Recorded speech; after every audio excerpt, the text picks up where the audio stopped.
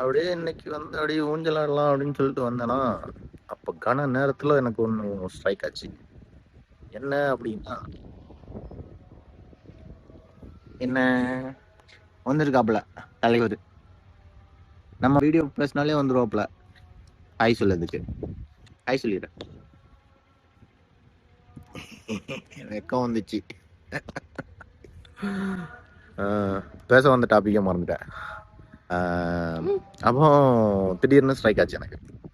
இல்லை, வாழ்க்கைய வந்து ஒரு பிஸ்கட் மாதிரி. பிஸ்கட்டை நம்ம காஃபியில் டிப் பண்ணிட்டோம்னா அது உள்ளே விழுந்துரும். அதை வந்து இன்னொரு பிஸ்கட்டை வச்சு எடுக்கிறதுக்கு நம்ம ட்ரை பண்ணோம் அப்படின்னா அந்த பிஸ்கட்டும் போயிடும். ஸோ அதுதான் சொல்ல வந்தேன்.